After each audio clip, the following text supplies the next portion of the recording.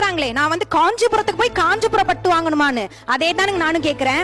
நீங்க வாங்கக்கூடிய பொருள் இருக்கு பாத்தீங்களா, அது எந்த அளவுக்கு உண்மையானது நீங்க நினைச்சு வாங்கிட்டு இருக்கீங்க ஆன்லைன்ல?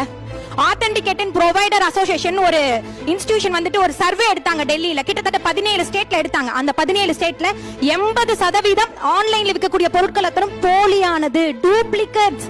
நீங்க ஒரிஜினல் யூஸ் பண்ணிட்டு இருக்க பொருட்கள்லாம் வந்து டூப்ளிகேட்ஸ்.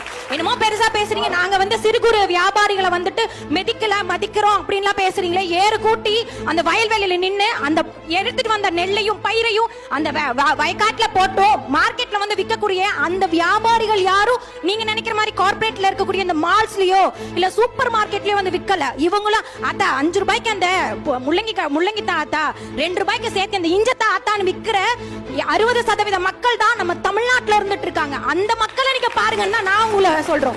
இன்னைக்கு இருக்கக்கூடிய எல்லா தலைமுறையும் நம்ம அந்த கார்ப்பரேட் டெவலப்மெண்ட்க்கு நம்ம பேசணும். நம்ம கூட இருக்கிற அப்பத்தாவும் நம்ம ஆத்தாலும் பொழைக்கிறதுக்கான விஷயத்தை நம்ம இன்னைக்கு பேசணும். வணிக வியாபாரிகளோட வளர்ச்சி, அக்ரிகல்ச்சரோட வளர்ச்சி மட்டும்தான் நம்ம நாட்டோட வளர்ச்சிங்கிற மறந்துடாதீங்க.